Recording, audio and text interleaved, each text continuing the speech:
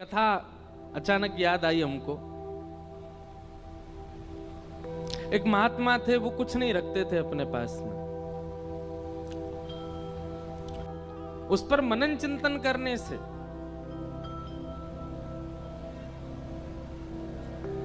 एक कथा अचानक याद आई हमको। एक महात्मा थे, वो कुछ नहीं रखते थे अपने पास में। कभी किसी से कुछ लेते भी नहीं थे। हाँ, कोई भगवत वस्तु दे दे तो उसको संभाल लेते थे। किसी भक्त ने उनको गीता जी दे दी। महात्मा जी बड़े प्रसन्न हुए। गीता जी को उन्होंने स्वीकार कर लिया, रोज पढ़ते थे। कुछ दिनों में संपूर्ण गीता जी का पाठ पूरा हो गया। तभी एक व्यक्ति, उसके अंदर वैराग्य जाग गया था, महात्मा जी के पास आया, बोले मुझे अपनी सेवा में रख लीजिए। तो महात्मा जी ने उसको अपनी कुटिया में रख लिया। निष्किंचन महात्मा। एक दिन उनके मन में भाव आया कि हम कुछ तीर्थ यात्रा करने के लिए जा रहे हैं। तो महात्मा तीर्थ यात्रा के लिए जैसे ही निकले तो चेला राम से कह के गए, बोले देखो हमारी कुटिया में है तो कुछ भी नहीं, खाली है पूरी, एक गीता जी हैं बस, यही हमारी संपत्ति है, इनको संभाल के रखना। उसने कहा ठीक है। अब वो गीता जी को संभाल करके रखता था। एक दिन एक चूहा घुस गया कुटिया में और वो गीता जी को कुतरने लगा। उस व्यक्ति ने देखा कि अरे ये चूहा तो हमारी गीता जी को खा जाएगा। उसने मन में विचार किया क्या करें। गांव वालों से पूछा तो गांव वालों ने कहा कि बिल्ली रख लो तो फिर चूहा नहीं आएगा। तो वो कुटिया में बिल्ली ले आए कि बिल्ली के डर से चूहा नहीं आएगा। कुछ दिन तो चूहे नहीं आए, लेकिन बिल्ली बेचारी पतली दुबली होने लग गई। उसको भोजन पानी मिलता नहीं था, सूखने लग गई। व्यक्ति को बड़ी चिंता हुई। उसने गांव वालों से कहा, बोले हमारी बिल्ली तो पतली हो गई, अब क्या करें।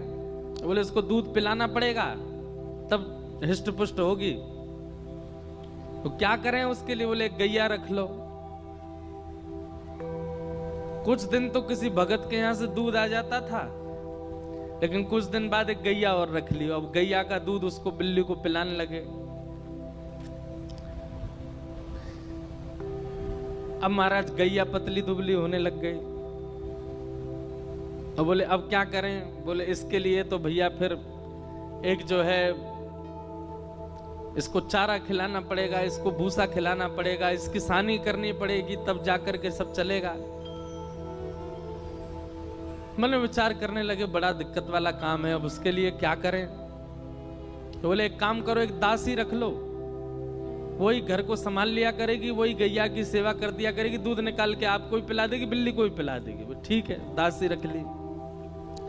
दासी से प्रेम हो गया तो उससे ब्याह हो गया। ब्याह होने के बाद में 3-4 बालक हो गए। कुछ महीनों बाद, साल बाद महात्मा लौट करके आए।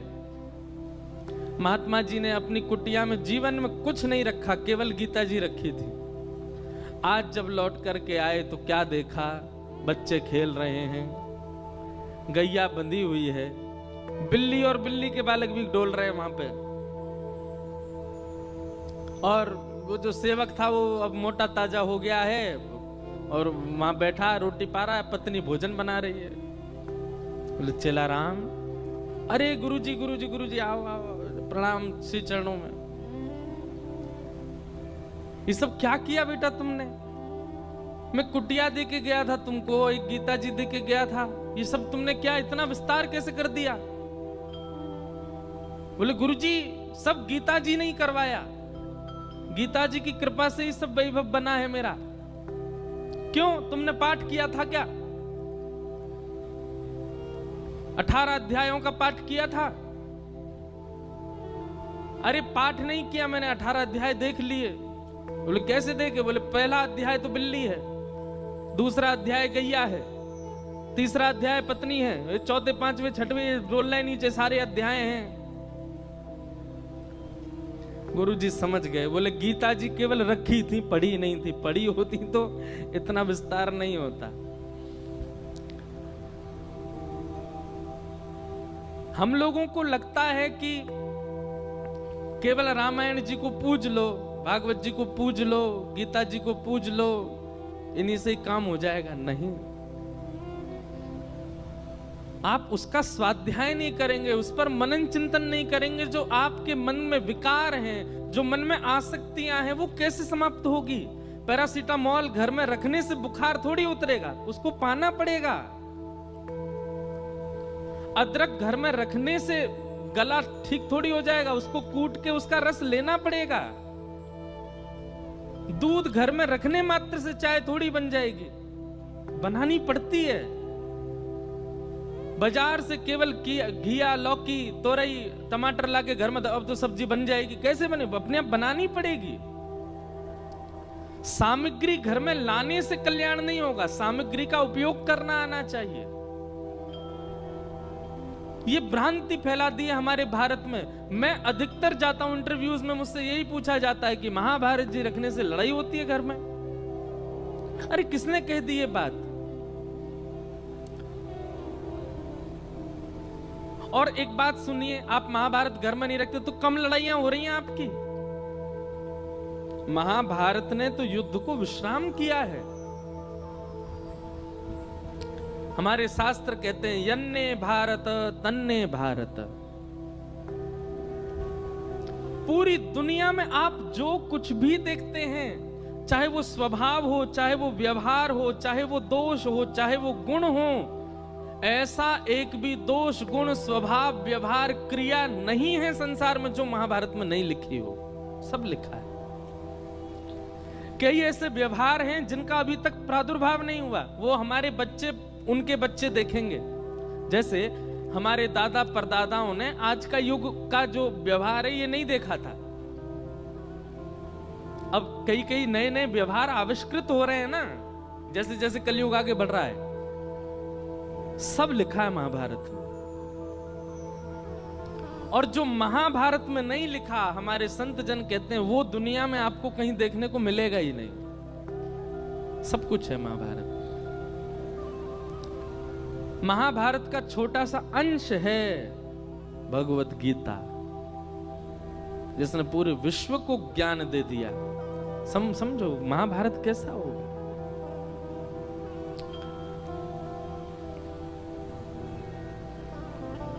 कल हम लोग द्रौपदी का प्रसंग सुन रहे थे। उत्तरा के बालक की रक्षा की वही बालक परीक्षित हुआ। हमारे पूज्य पिताजी महाराज के गुरुदेव भगवान अनंत श्री विभूषित श्री रामानुज प्रपन्नाचार्य गुरुजी महाराज, हमारे दादा गुरु, उन्होंने भागवत जी के कई विषयों पर छोटे छोटे किताबें लिखी हैं। वो कहीं प्रकाशित नहीं है, हमारे घर में ही रखी हैं बस। तो कभी कभी मैं देखने का अवसर मिलता है तो मैं उसमें भाव देखता हूं गुरु जी के। तो वहां गुरुजी एक बात को संकेतित करते हैं कि भगवान ने उत्तरा के बालक की रक्षा क्यों की। अच्छा, भगवान बाहर खड़े खड़े भी ब्रह्मास्त्र को नष्ट कर सकते थे, लेकिन ठाकुर जी गर्भ में क्यों गए? गर्भ में जाकर के उस बालक की रक्षा क्यों की? ब्रह्मास्त्र चलाया था ना उत्तरा के बालक पर, बाहर से ही देख देते ब्रह्मास्त्र नष्ट हो जाता। ठाकुर जी भीतर क्यों गए? और वो भी उस गर्भ में गए जिस गर्भ में न जाना पड़े। इसके लिए सारे वेद, वेदांत और उपनिषद कहते हैं, सारे पुराण यही तो कहते हैं, ऐसे कर्म करो कभी गर्भ में ना आना। भगवान खुद चटपट घुस गए भीतर रक्षा के लिए। तब हमारे गुरुदेव भगवान कहते हैं, बोले सामान्य बालक होता तो ठाकुर जी बाहर से ही ब्रह्मास्त्र नष्ट कर देते, लेकिन ठाकुर जी ने जब उस परीक्षित के पूरे भविष्य का चिंतन किया तो मन में विचार आया, ओहो ये तो भविष्य में चल करके हमारी कथा का श्रोता बनेगा, क्यों ना ऐसे बालक को गर्भ में दर्शन दिया जाए। इसलिए ठाकुर जी गर्भ में गए। आप लोगों को बहुत आसान लगता है कथा में आना, आप लोगों को बहुत आसान लगता है कि गाड़ी में बैठ के आए, पहुंच गए कथा में, कथा सुन ली। हमको बहुत आसान लगता है कथा करना, वैसे है नहीं, हमको तो नहीं लगता आसान। कोई हमसे पूछे कितनी कठिनाइयां होती हैं कथा सुनाने में, कई बार आपने देखा होगा कि हम आंख बंद करके कथा कह देते हैं 1 आध घंटा तक। क्यों? उस समय किसी श्रोता का कुभाव दिख जाता है। कुभाव मतलब या तो उबासी लेता हुआ दिख गया है कोई, या फिर कोई फोन चलाता दिख गया है। तो ऐसी स्थिति में जब श्रोता दिख जाते हैं तो फिर कथा भूल जाता हूं मैं, इसलिए फिर मैं आंख बंद करके कथा कहता हूं। हम मना क्यों करते हैं कि जब हम मंच पे आए तो हमको स्पर्श मत करो? उसके पीछे कोई और बात नहीं, ऐसा नहीं कि मेरे अंदर बहुत पुण्य है इसलिए मना कर रहा हूं। मैंने अनुभव किया है कि कई बार लोगों के स्पर्श से हम जितने भावना बना करके आए मंच पे आके सब भूल जाता हूं मैं। आप तो सद्भाव से स्पर्श कर रहे हो, पर किसी का कोई भाव ही नहीं है, वो देखा देखी स्पर्श कर रहा है। इसीलिए दूर से प्रणाम करो, आपको ही फायदा मिलेगा, हम कथा अच्छे से सुना पाएंगे। पर जब बहुत ज्यादा लोग स्पर्श कर देते हैं तो मैंने देखा है कि मेरे भाव जितने होते हैं शून्य हो जाते हैं। कथा करना भी बड़ा कठिन है, पर कथा सुनना भी बहुत कठिन है। कथा में बैठना, बैठ करके बहुत देर तक श्रवण करना, और केवल श्रवण नहीं, उसका निधिध्यासन करना, उसको समझ करके जीवन में उतारना, ये भगवत कृपा के बिना नहीं हो सकता।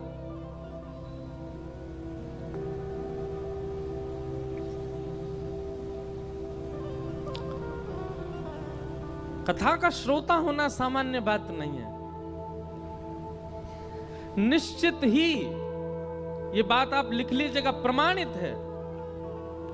अगर कोई व्यक्ति अपने जीवन में कथा से लगाव करता है, कथा श्रवण कर रहा है, उसने कभी ना कभी ठाकुर जी को देखा है, उसने दर्शन किया है ठाकुर जी का, इसीलिए उसकी रुचि बढ़ रही है।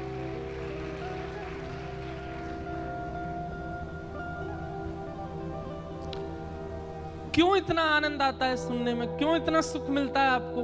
क्योंकि कभी ना कभी आपके जो भीतर चित्त है, आपकी जो आत्मा, उसने कभी अनुभव किया है ठाकुर जी का। इस जन्म में नहीं तो गर्भ में किया होगा, गर्भ में नहीं तो पूर्व जन्म में किया होगा, कभी तो किया है। तभी आपकी रुचि बढ़ रही है, तभी कथा सुनते सुनते नेत्र सजल हो रहे हैं, कथा सुनते सुनते प्रसन्नता हो रही है, कथा सुनते सुनते रोंगटे खड़े हो रहे हैं। ये सब विचार, ये सब प्रभाव हमारे ऊपर क्यों हो रहे हैं? क्योंकि कभी ना कभी तो ठाकुर जी का दर्शन हुआ है हमें।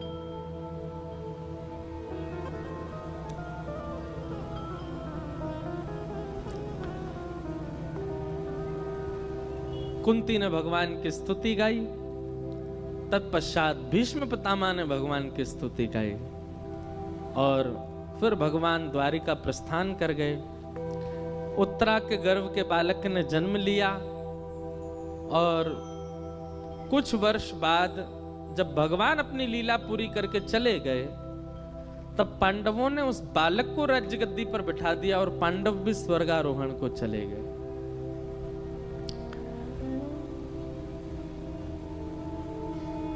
परीक्षित धीरे धीरे बड़े हुए, उनका विवाह हुआ, जन्मेजय आदि पुत्र हुए। अब यहां पर एक बहुत अच्छी बात है, पता है? बटुक जी भी बैठे हैं, कई सारे विद्वान भी बैठे हैं। अधिकतर व्यास कहते हैं, हम भी कहते थे पहले कथा में, कि कलयुग को 5 स्थान दिए, और उन 5 स्थानों में एक स्थान जात रूप मदात प्रभो सोने में निवास दिया। अभी हम इसका विस्तार करेंगे, बस कुछ व्यास बैठे हैं सन्मुख, उनको बता रहे हैं। और उसके बाद परीक्षित ने आकर के मुकुट पहन लिया, जिसकी वजह से उनके मस्तिष्क में कलयुग प्रविष्ट हो गया। पर यह कथा भागवत में लिखी नहीं है। परीक्षित जी ने कोई मुकुट नहीं धारण किया, बल्कि श्रीमद् भागवत जी में तो स्पष्ट ऐसा लिखा है कि जब तक परीक्षित जी पृथ्वी पर थे, कलयुग थरथर कांपता था। कलयुग ने अपना प्रभाव डाला ही नहीं कहीं पर भी। तो फिर कहते हैं, फिर परीक्षित की मति कैसे बिगड़ी? उन्होंने एक संत का अपमान कैसे कर दिया? तो यहां भाव बताया गया, क्षुधा, भूख। इतनी भूख लगी थी उनको, इतनी प्यास लगी थी कि भोजन और प्यास का मारा व्यक्ति कुछ भी कर सकता है। इसलिए